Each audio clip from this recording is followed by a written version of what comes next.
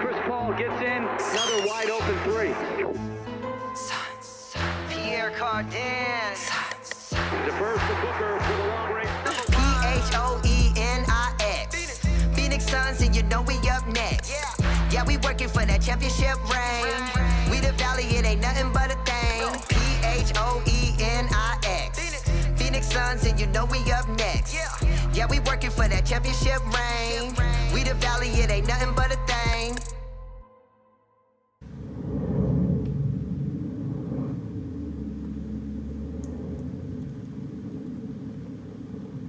Welcome everybody to season 2, episode 20 of the Aussie Suns fans podcast. We're here today. We've got Nate and Boyd. How we going, lads? Still good. Very well. Still good. Very well indeed. Nate and I have basically just been hanging out on Zoom for the last 24 hours. So that's effectively all we've done. So we'll try and get through this one pretty quickly and enjoy the night. But the special episode that we ran yesterday was fantastic. It's been a great success. And once again, thank you very much to Angelina for jumping on. And hopefully our next guest will be able to sort out this week and lock in another time and do another special pod with them. So we're looking forward to it. Let's jump straight in. Weekly wrap, 3 games this week versus OKC, 124-104 win. Booked 25 points, McGee and 8 rebounds each, booked 12 assists. Against New Orleans, 102-117 loss, booked 30 points, Torrey 11 rebounds and booked 6 assists. And versus Utah, 114-118 loss this morning, booked 30 points, book 8 and McGee 7 rebounds each and book 7 assists. There's a common theme there, lads, in the names that hit the box score. Book. How did you see the week, Boyd? Yeah, I bit of reflection. It was fucked, man. This is literally the time where we can shake off the whole Book's not an MVP candidate. This is the time when we need to be fucking winning these games that we should be winning regardless with CP3 or not. This is where Book proves that it's not all CP3. It's not fucking all him. Now he's fucking doing a really good job on the court himself. I just feel like out of the 12 quarters we played this week, 2 of them were peak Suns, right? So you got the first quarter of today's game. That was fucking beautiful offense, and it just ran smoothly. And the last quarter of the OKC game that was close all game against these fucking scrubs. And we had a powerhouse fourth quarter to put them away really well. But the other 10 quarters, we fucking arm wrestled. We were fucking out of sync. And it's really feeding the narrative against Booker leading this team. And it's really fucking pissing me off. This is with or without CP3, we should have fucking towed these guys, man. I'm really pissed. Anyway. Yeah, Nate? I'm going to cut up a little more slack than that, but I appreciate your passion, Boyd, as always. Mate, thank you. We didn't know what it was going to look like without CP3, with campaign still not back in, with what rotation there'd be with Peyton and Aaron. And then I think even the last time we recorded, I said, look, that we'd probably end up seeing point Book, which we have. And that's an incredible starting 5. Like, even with Cam slotting in at the hero spot for you there, Boyd, and everyone sliding down in point Book, it looks good still as another option. I don't think that unit's been our problem. Sorry, what now? I don't think that unit has been our problem. No, and look, but I'm just saying cut them all some slack because this week they've been figuring out a new system, essentially.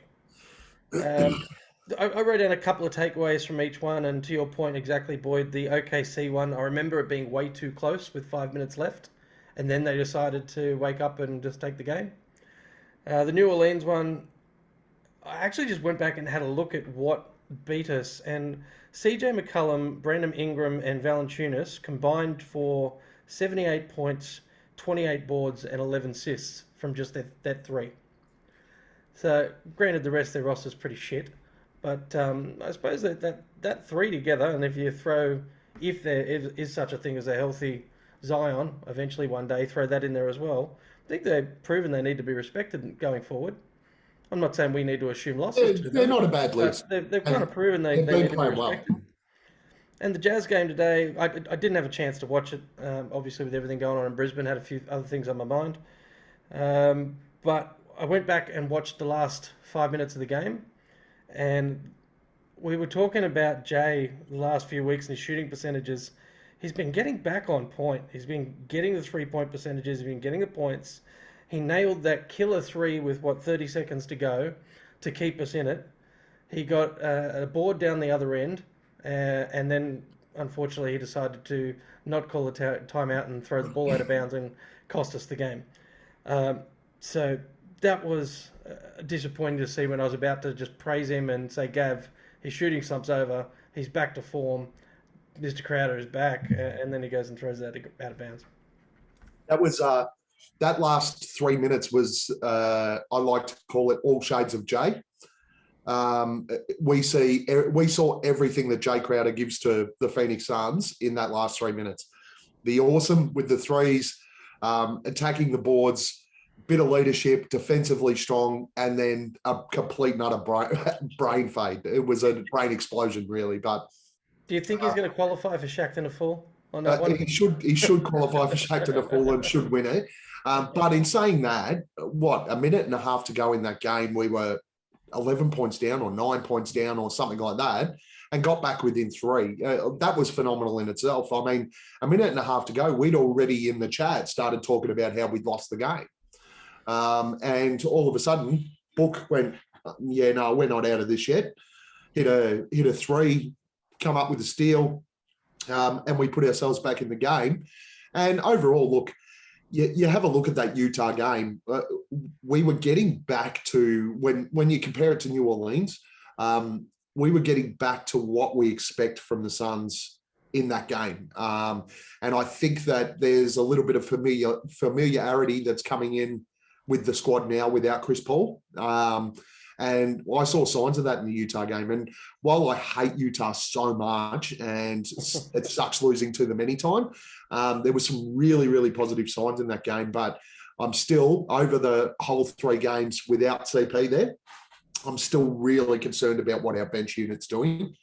Obviously, that'll change with Cameron Payne coming back, because that will change how the rotation works and how our setup is put together, because Cam Payne will go straight into the starting lineup when he's fit. Are either of you concerned about Ayton? Because his performance against Derek Favors couldn't even get a double-double against Derek Favors. I'm not. There's no alarm bells going off there yet. He's not rebounding like he usually would. But I think it's I'm not worried about that. I'm a little bit. We've lost these last couple of games, and I think there's something that's jumping out at me with the way that we haven't got our general bringing the ball right up the court and setting the plays and getting shit ready. We've got fucking how many plays do you recall seeing Jay Crowder, Cameron Johnson, or Mikal Bridges bring it up from the backcourt into the front court, then scramble to find a guard? And then all of a sudden we've chewed into the clock and we're scrambling to fucking get everything set. We just fucking it just looks disjointed. You need when you watch CP3 get the ball and slowly just meander up the fucking court. He's got everyone's attention.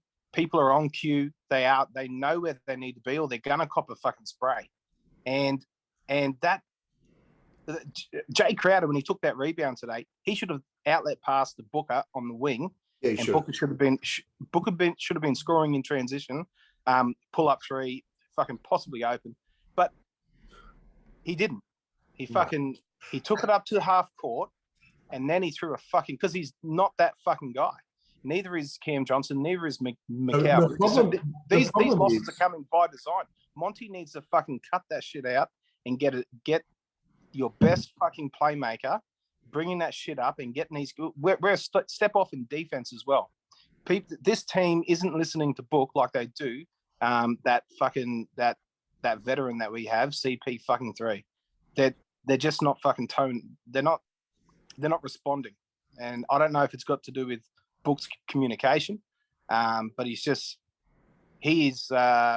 can say he's been massaged to be the next, but he's got a fucking way to go, and it's pissing me off. Individually, the guy's fucking brilliant, but for now, he still needs to be that 2 guard, and he needs to soak it up from CP3 for a little bit longer before he's ready, I think. Yeah, I think the biggest issue in the games what I did watch in those games were that they were picking up Book full court to try and keep the ball out of his hands so that he couldn't play that point Book role. And when they do that with Chris Paul, Book will go up and get the ball and actually control that dribble, I suppose, once we get it past half court before we reset and give the ball to Chris Paul. In these games, that secondary option for dribbling has been McCall and Cam Johnson and Jay Crowder. And there's a fair gap there. Now, back to your question, Nate, are we worried about DeAndre Ayton? The other thing I noticed in these games, and I think we're going to start to see a lot more of it, is they're making DA stretch. So they're running these screen and rolls that are forcing him off the opposition center, and he's not actually in a position to rebound the ball. And we were exposed against OKC, and we've been exposed against Utah and New Orleans with our guys that are crashing the boards being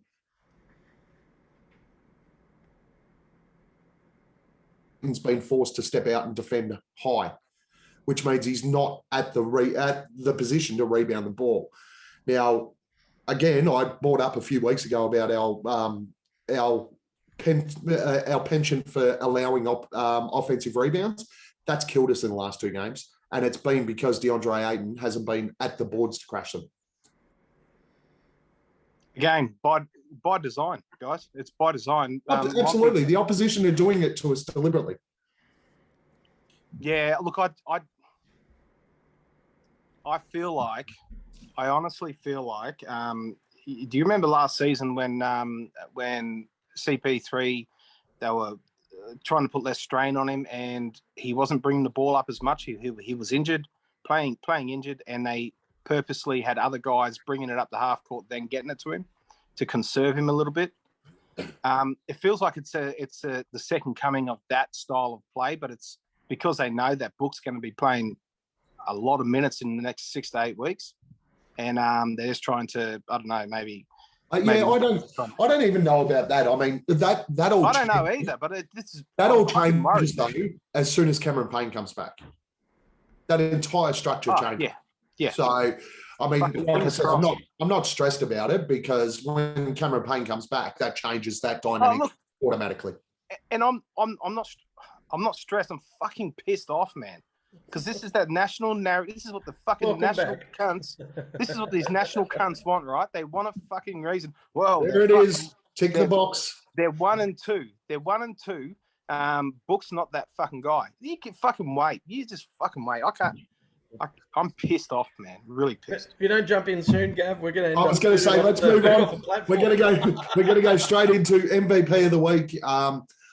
Honestly, I don't think we need to vote or even discuss this one. The MVP of the week is a lay-down misère. It's Devin Booker. We're just going to skip right through. Defensive player of the week. Boyd. I'm going to go with Book as well. The guy's in the last couple of weeks, but especially this past week, he's playing the passing lanes really well, and his on-ball defense as we all know, it's much improved. So he's in that respect, he's doing Chris Paul things. He's against OKC, he had 6 steals or something. In 3 quarters. Yeah. He's fucking everywhere, and he's really smartened up on that side. He's really improved, and it really stuck out to me this week. And so I'm giving him fucking MVP and defensive player of the week. Nate? I don't disagree with him at all. I've got notes down here.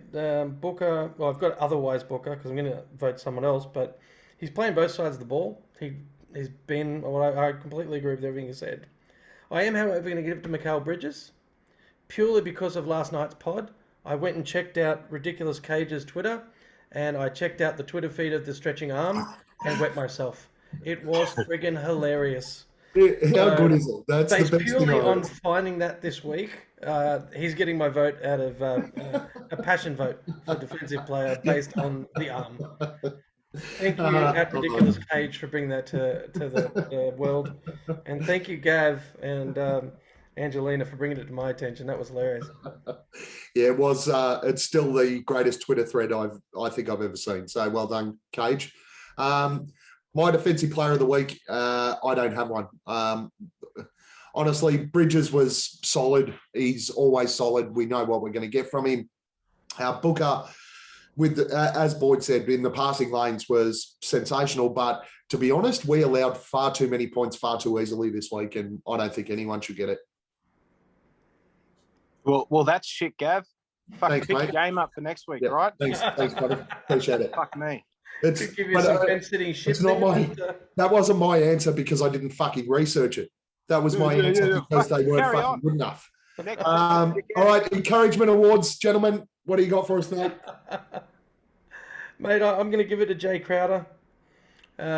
He was trending up. He was playing clutch, and then that turnover today. I just feel like he needs some kind of pat on the back to say it'll be all right, son, but don't fucking do it again. That's all I got. Yeah, I think the last part's important. Boyd. Fuck. I can't fucking. The whole fucking team need encouragement. Well, That's no, okay. no, You can do that. guys. No, I do it a little bit. And from what you were saying earlier, Gav, I do my style of the encouragement award and use the yours. You're the adult in the room, apparently. I'm the adult in the room. Yep. Yeah. The encouragement reward is going to the fucking bench. I just want to encourage them guys to fucking get in there and have a dig. Yeah, Anything? fucking do something, man. Stop making me so fucking irritated. That's our job. Yeah, that's right. Okay, so my encouragement award is actually going outside of Phoenix this week. Sure. We need to turn the lights down, get some mood music going. See if you can edit that in for me, Nate. My encouragement award goes to LeBron James and the LA Lakers. Keep chugging away, guys. You'll get there. And I know LeBron at the start of the season, you said, hope everyone keeps talking about my squad. Guess what? We're all still talking about your squad. You are fucking putrid. Hey, do you guys remember that when I started talking about them Lakers trading, blowing it up, and how satisfied I'd be? Yeah. A podcast I threw on today was Brian Windhorst's last one. Yeah. I don't know if he's listened to it, but they're fucking into it, man. They're on the bandwagon of. Well, do you want to know the blowing addition to thing that? up. I was rolling through Twitter this arvo, and one of the highest trending topics and live rooms. So Twitter's got this live room thing now. Yeah. Is LeBron? The Lakers have to trade LeBron immediately. Well, number one, guys, The trade car. deadline's over. You can't do that. You can't trade him now. But number two, he's the only fucking thing that is actually working in LA at the moment. The rest of it is the problem. But this is what happens when you get fucking 8 superstars from 2012, put them on a squad, and they all still believe that they are the greatest fucking players in the history of the game. The coach can't control them. And if Vogel's not sacked by tomorrow morning, I'll be so fucking surprised. The coach can't control them. They all just do whatever the fuck they want. Russell Westbrook was fucking laughing and carrying on the sidelines today after they absolutely got... And look, I know the Pels pummeled us, but they certainly didn't pummel us like they pummeled the Lakers today. That was fucking embarrassing. At one stage there, the Pels looked like they were going to win by 50. But Lakers keep it up because I must say, as a Suns fan, nothing gives me more joy than watching the shit that you are dishing up. Gav, I mentioned to you last night before we were recording that I was going to propose a little segment off topic on the Lakers tonight because I actually was getting so enthralled in this LeBron news, like because I don't like him at all. I started listening to a couple of other pods. So I listened to the Locked On Lakers pod a couple of times in a row just to try and get a vibe for what the Lakers fans were thinking of him. And they were basically saying that he came out and he deliberately says stuff at All-Star Weekend to get a rise. And they were saying LeBron doesn't say something unless it's meant to get a reaction. And 2 days later, Rich Paul comes out, shits the bed because LeBron's gone too far, and then does this massive big public dust settling with Lakers management, Rob Pelinka and everything.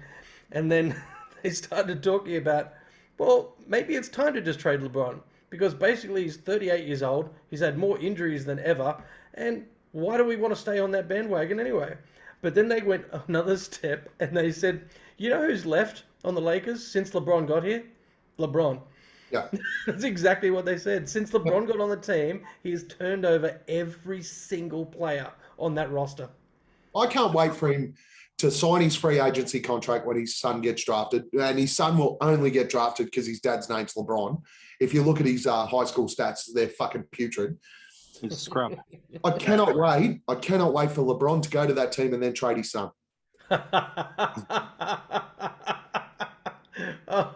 Oh, that's gold. Oh, finish on that note. That's brilliant. All right, so the week ahead this week, 3 games, a little bit shorter. And the thing that sucks, I suppose, is that we don't get another game for a couple of days because we've had a back-to-back. But our next 2 games are at home, Thursday against Portland at 2, Saturday against the Knicks at 2. And then we start a pretty tough road trip on Monday at 7:30 a.m. Fuck you, 7:30 a.m. games. I hate you. It's 6:30 in Brisbane, brother. Yeah, I know. Worse for you guys. We start that road trip against Milwaukee. So there's a tough little run coming up for us as well with Chris Paul out. And hopefully with these few days, we see campaign back against Portland. I noticed that in the warm-ups, he did a full warm-up pre the Utah game. So really hopeful that we get to see him. But how do you see the week, Boyd? I've got it. I'm actually taking vibing off of your comment earlier about we're working it out. I think Nate, you might have said it as well. We're working it out. This new lineup. Yeah, I'm going with three W's just on that. You've just given me some fucking hope. I'm just so fucking pissed off. It's hard to say it, but look. I'm spewing. We gave him hope because I was really hoping he'd finally predict a loss. Humble pie, but no. If I predict the fucking loss, I'm not going to watch the game because I'm always right, boys. I don't want to watch that shit. Anyway, no, I think Milwaukee obviously is going to be the toughest task there, but hopefully, man. Hopefully, fucking DA. Now, I'm not a DA hater at all, but he's been out muscled inside due to fucking design. You're right, Gav, to a certain extent, but fuck, 6 rebounds in that first game, man. Come on now. Yeah. So look, I'm hoping that he finds his fucking balls again, and he really takes it to Giannis and.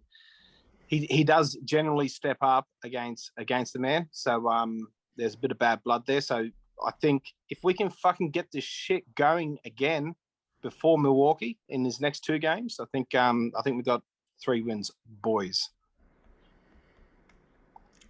All right. Lovely, Gate. Mate, I started with like a Boyd. I started as a Boyd. I had 3 W's down, and I worked my way back on opinion.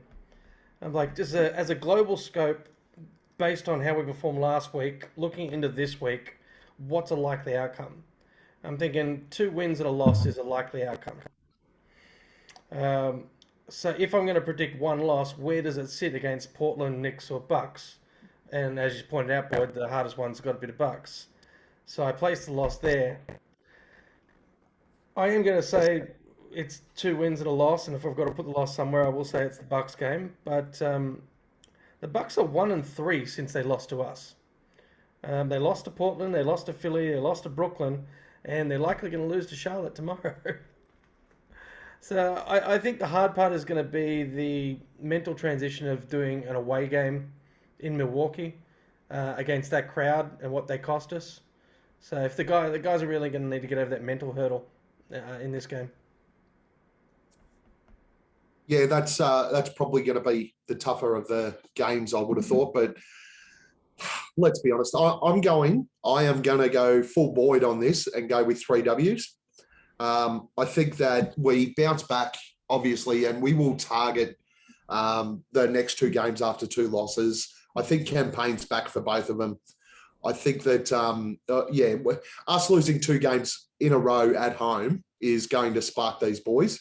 I'm not surprised that they came out of the All-Star break a little bit flat. I think I mentioned on last week's pod, I really do think that they actually internally create a target. And when they have that target, that is everything they strive for. And they're breaking the season down into smaller blocks rather than anything else. What I think they'll do is I think there'll be a real focus on our next 4 games and effectively calling the next 4 games playoff games and treating them like playoff games. And I think we'll see them bounce back against those 2. Devin Booker on the road is a fucking animal. He is going to go after Milwaukee very, very hard because even though we rolled them last time, this is, again, a revenge game for the Suns. And every time we play Milwaukee is going to be a revenge game for the Suns. So I think we'll go 3 and zip this week and really take it to Milwaukee. Gav, before you move on, something you were saying then about the back-to-back losses and taking that personally. The commentators at the end of the Utah game made a comment saying it was the first back-to-back loss since the end of December. And I was all empowered. I was like, oh, that's a big statement. I was like, yeah, but that's only 2 months. And I cycled it back, and then they said it's the 3rd back-to-back loss of the season. I'm like, well, hang on a minute, we're 2/3 of the way through the season. That means we're having a back-to-back loss every third of the season so far. That's not that great a thing to say if we've only got 11 losses.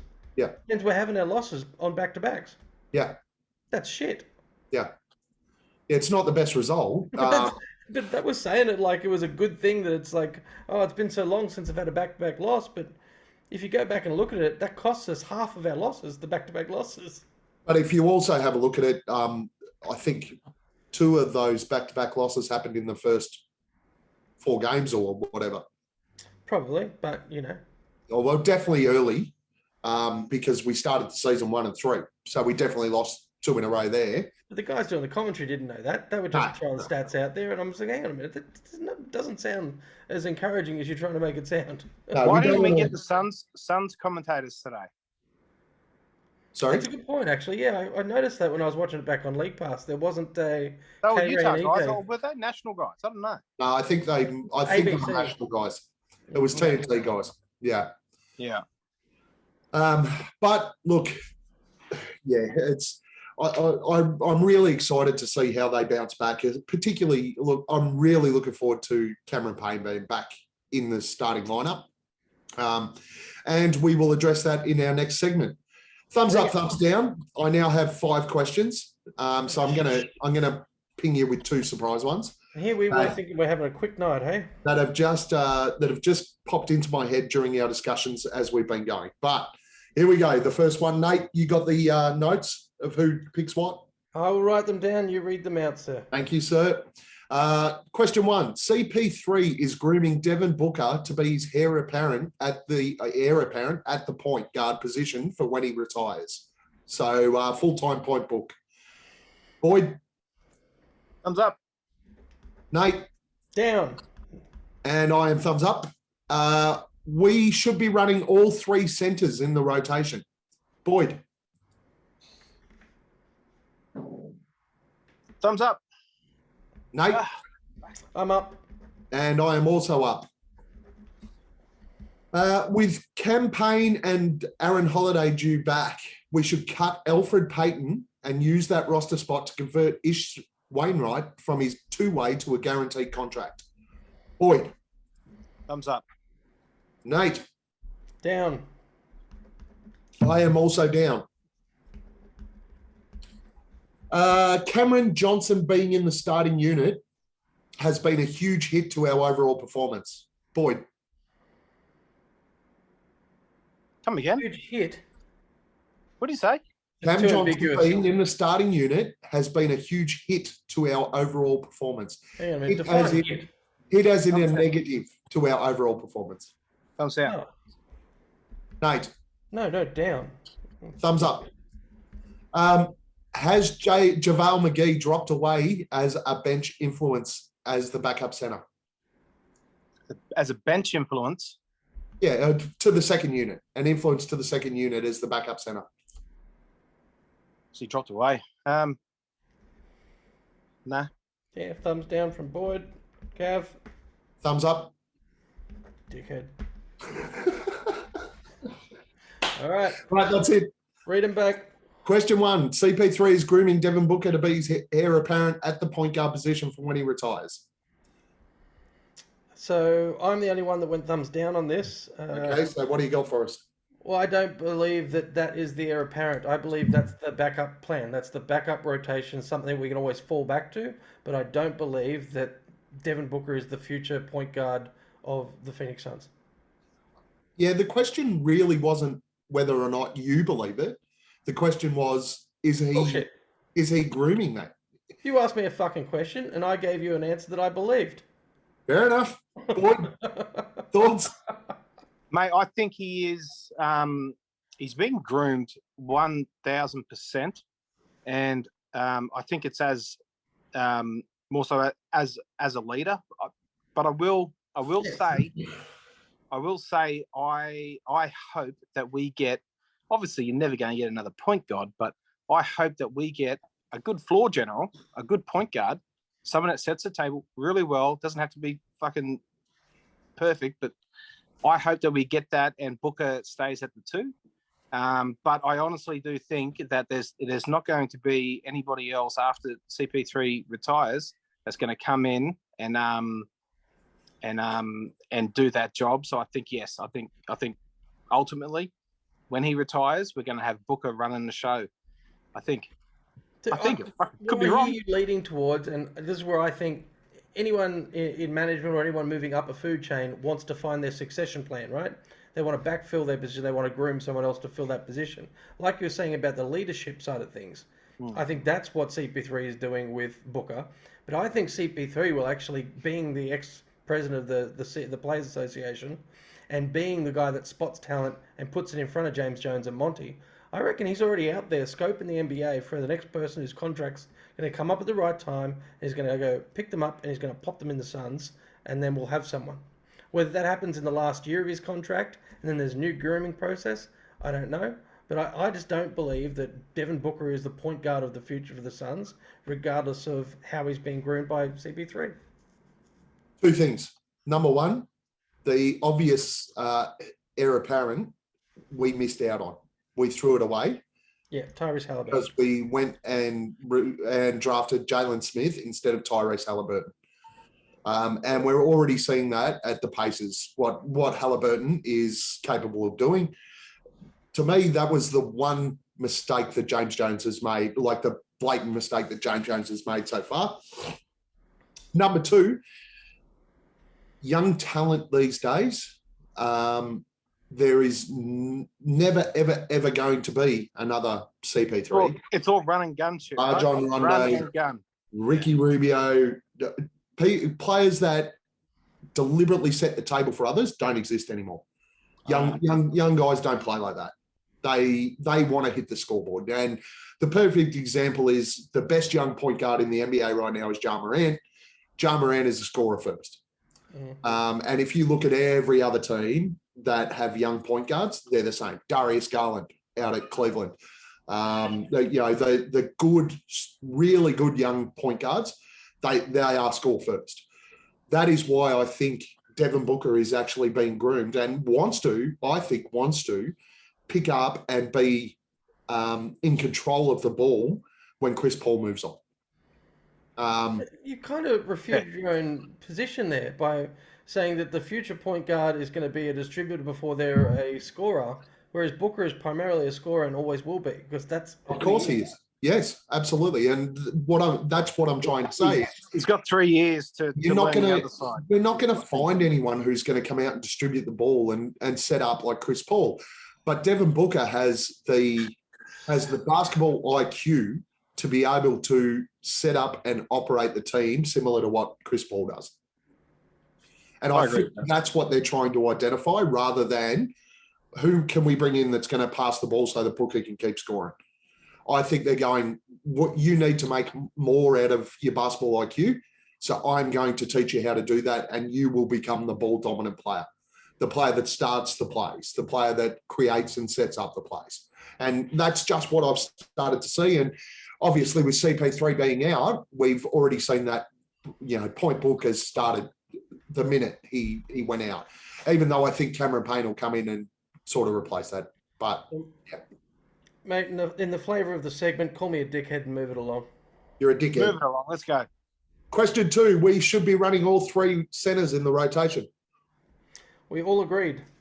Do we want to speak to it or move along? Well, just quickly, the reason for this question was energy from my perspective. Every time Busy comes in and plays minutes, he provides energy to the team. And if we look at those couple of losses this week and even the OKC game before the last 5 minutes, the one thing we lacked was energy. He's big defensively with his ability to change shots, and he's great on the boards. So why wouldn't we, particularly when we looked at it early in the year when Frank was playing well, we played a 3-center rotation and it worked. So why wouldn't we be doing that now? I agree with all that. Yeah, fair enough. All right, with Payne and Holiday back, we should cut Alfred Payton and use that roster spot to convert Ish from his 2-way to a guaranteed. So Boyd was the only one that went thumbs up on this. Righto, Boyd. It's up to you. Payton for Ish Wainwright. So my thing is that Ish can't play playoffs if he remains on that 2-way contract, right? He can't. Pretty sure that's the case. Yeah. So Elf is now stuck behind Holiday. He's stuck behind Payne, and as Shemet as well as a guard, and CP3 and Booker. That's fucking deep, man. That's deep, and I think Ish is more valuable to us. I mean, right now, okay, Elf's fine where he is, and Ish is on a 2-way, and that's fine. But come playoffs, man, I want Ish there more. And if it means cutting someone, the only other guy that I would cut in this team to put Ish in for is not in for, but have that body is fucking Elf. That's it. That's simple as I want Ish around for the playoffs, just so as we have another tool on the tool belt that we can throw out some small ball. And I just really like his size and I like his hustle, and I think it's going to pay off in playoffs basketball. So give me Ish over fucking Elf any day of the week, please. So number one, I think that they are extending the allowance that they had last year. Well, they haven't yet. 2-way players. Yeah, there's a lot of talk that they will. 2-way players will be eligible for playoff basketball. So for me, that's number one. The discussion's there. If that's allowed, leave it as is. They're both great bench guys. We could see in the tunnel warm-ups and all that sort of stuff, Elf is really well liked. So's Ish. They love the guys. Reality is, this is a nothing for nothing. Neither of them, with a fit side, are going to play basketball for us come playoffs. Neither. In a perfect scenario, yeah, 0 minutes. You're probably right, but it's a matter of who. It's a matter of who wipes the towel better. You saying thumbs down is you're banking on a rule that hasn't been passed yet coming in, and you're saying that ultimately you prefer Elf in the squad over Ish, yeah? I think that the likelihood of playing minutes for playoffs, if we have injuries, is going to be at the guard position. And Ish isn't going to play the guard position. Okay, Gav, I was going to say there's only one thing you said I agree with, but now there's two, because my whole premise was based on what you just said about the guard position. I have absolutely no problem fucking Alfred Payton off for any reason whatsoever. Just buy me neither. buy for the sake of it. So giving that to Ish Wainwright, he's the Alan Williams of this season, right? Yeah. So cool, awesome. But to your point about Ish, he doesn't improve our playoff game. He doesn't improve our chances when he's the last one coming off the bench for 3 minutes at best. Yes. So is the better option not to, in buyout market or some other way, first before doing that, look for a better point guard to replace Elfrid Payton, much like we all spoke about with Goran Dragic? Yeah. So I reckon that's the better option before you just jump at Elfrid off and change the two-way just to get it done. Yeah, look, you know what? That's probably another topic for another time. But my thing is that right now we have no Ish. We have no fucking big source for the playoffs, and I'd prefer him there over Elfrid Payton. And right now, as the rules sit, they haven't extended the two-way into the playoffs. So there's got to be a decision made. And Ish gives you a complete. He gives you a new dimension to what you can throw out there for spot minutes against a certain lineup. Whereas Elf, he's just going to do the exact same fucking thing that any one of the other two guards who can do it better than him for. Yeah, we're deep enough there now. We have to fuck him off. We have to get Ish in for the playoffs. I see two takeaways from this. One, this is probably the first thumbs up, thumbs down where we've all actually had some very good points. And I've got them every fucking time, man. I don't think there's any dickhead God here. Boyd. We're not just talking about God Boyd. It's all three of us having an interesting point. Yeah. But we've also all agreed on the fact that we don't want fucking Elfrid Payton on the team. I think you guys are just thumbs downing just for the fucking sake of it to have a go. Well, if you're talking about just for the sake of things, let's have a look at the next two questions that Gav threw in at the last minute. Yeah, so you guys can hammer me. Cameron Johnson being in the starting unit has been a huge negative hit to our overall performance. I was the only one who went thumbs up. Basically, because you wanted to hear yourself talk for a bit at the end of I know why Gav went thumbs up. It's because of the lack of the bench production. All right, I'm done. And who gives a fuck, man? I do, because it's cost us 2 games. They're actually playing shit. The bench is playing shit. It's not because we haven't got an extra top-notch guy. They're fucking underperforming. So we've got our starting 5 has been Book, McCall, Cam, Jay, and DeAndre Ayton. I know what the fuck you're starting Hold on, shut the fuck up and let me talk. I'm first. Start making some sense. Shut up! I haven't been able to talk yet. You fucking took over. Fucking get it out, mate. Fucking idiot.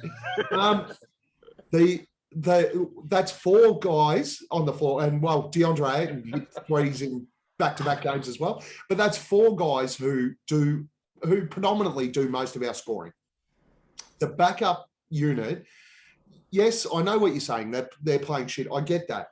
But the reality is there has been no one in that unit that actually, over the course of this season in particular, have hit the scoreboard and put score on the board that puts pressure on the opposition. By taking somebody out of that unit that can come on and hit 2 or 3 threes, it's a big hit. It's a massive hit to what our output is. See, it's times like this when Gav freezes and he's in the middle of a rant. It's music to my fucking ears when he freezes. I love it because it just stops him talking all that shit. So we've heard everything you got to say, Gav. Gav, since going into the starting lineup, Cam Johnson has been better. I've got no problem. So the overall performance of the fucking team. You think that I have a problem with Cam Johnson's performance? It's nothing about Cameron Johnson. We need scoring in the second unit. We do. And we need these kinds of next man up. And who's going to do that in that second unit as it stands right now? Because when Cameron Payne comes back, Cam Johnson will go back to the second unit. What's that? It's apparently Ish Wainwright, according to our last segment. different fucking thing, man. So you look at our scoring. You look at our second unit scoring. We've got fucking Aaron Holiday. Aaron, he could put the ball on the floor, and I mean, he was 1 from 9 today. Yeah, he had a shot today, but the game before he was 5 from 5. Yeah, right? He had a shocker today. Well, he can bring some fucking lollies as well, right? Yeah, not to the point we need. The bench is killing us. JaVale McGee usually hits the scoreboard, and hits the scoreboard quite well. He has been. But generally, when someone's there feeding him, now he's got a good hookup with Campaign, and he's got a good hookup with CP3, obviously. But he's seriously been gapped in these last couple of games. He's not providing anything. No. I see your point, Gav, but I think it's fucking stupid, all right? So let's move on to the next one. Before we do move along, though, if you want to wind up all these points together, we move Busy into the power forward position in the second unit, and then Landry Shamet finds his 3-point shot again, which is why we paid him all that money in the first place. And then Aaron Holiday properly... Landry's that guy, man. Hey? Landry needs to be that fucking guy. That's what I'm saying. Right? If all those chips fall into place, the second unit's fixed without CP3. Yeah, and Cam Johnson can stay there. right where he is. Cameron Johnson is going back into the second unit as soon as Campaign comes back. That's probably true, and he's probably fine with it. It's happening. That's his role. He understands that. You know what? And just having Campaign back, I don't give a fuck how that plays out. I think it's going to be a massive plus for the team. So, of course, next one. I'm fucking tired of this. Has JaVale McGee dropped away as a bench influence? No. You're a dickhead. I said no. Bro. Why even talk about this? Fucking idiot. A bench influence? I don't know. I'm not really in the fucking locker rooms or on the sidelines with him. I don't really see more about his impact within the second unit, and we've seen that we've struggled badly in the last two games with the second unit. Has JaVale McGee actually been that guy though? This was a little bit. There was a little bit of spice there in deliberately. Because the reason JaVale McGee's impacts dropped away in that group is exactly what I just mentioned in the last one. His combo with Cameron Payne and with Chris Paul it showed how important JaVale McGee is to our lineup. But in the last couple of games, when it's Aaron Holiday and Alfred Payton and whoever else, he struggled. Let's just give that a minute, eh? Let's give that a minute. Well, that's the last one. So if we skip that, we're at the close. Yeah, we are done. Thank you, gents, again for coming. Any last comments? Obviously, guys, again, I'll mention it. Anybody who wants to join us for the trip to Arizona, make sure you send through your shit. Let us know. We will start planning that. Nate and myself will have a look at some accommodation, and we'll start the plans in motion, and I'll put something on the page. Like, subscribe, comment, share this video so that everybody checks us out and keeps us rolling. And that's it from me, Nate. Yeah, look, this has been a fun little episode. It's been good to argue with you again, Boyd. Good to have you back. Thanks, mate. I enjoy it too. And look, to last night's episode again. Thanks again to Angelina for coming on and for all the shares and retweets of the episode she's done as well. It's good to let other people know there's a bunch of crazy Aussies out here that talk Suns every week. Yeah, I think we're going to take Arizona over, to be honest, when we go over there. But anyway, Boyd, last comments? I hope you can't stay in Arizona, and I'll fucking me and Hemo will fucking take over the reins. But thoughts out to Hemo. He's going through a bit of a rough period. We love you, mate. Look after your old man, bro. Yeah. But yeah, no, it's good. It's good to be back after a few episodes off, guys. Oh, well, I'm just glad that you sobered up enough to join us tonight. After I drank you under the table. You didn't, mate. I didn't. I? Didn't. Didn't I? Because you went home. You went. And you hadn't been on the pod for 2 weeks. Been traveling, bro. But you guys drink really, really slow. And like I said, I had two of them fucking 2-liter Steins in They're my 1 guts. litre. Fuck you. Yourself. 1 litre. I had 2 of them 1-litre Steins in my guts before the 10th minute in the second quarter. And you guys were still sitting on your second fucking 500 mil, whatever the fuck they're called, them little baby beers. I hit the ground running, and I kept fucking running until you cunts fucked off. Couldn't keep up. That's what happened. We were still out, and even though we can't talk about where Nate ended up asleep on his front lawn, Hey, I don't know that actually happened. I ended up in Gavin's pants and did? a massive You- fucking free. Loved having you in my pants, Your mate. jeans are in my bin right now. Can't believe you ripped my jeans. I don't know how the fuck it happened. All right, that's Good night. enough, fellas. All right, guys. Carry on. Thanks very much. We'll see you next week. It's going to be a good time. Hey, this is Dave King from Brightside and the Solar Panel. I want to give a special shout out to your Aussie Facebook group for Suns fans.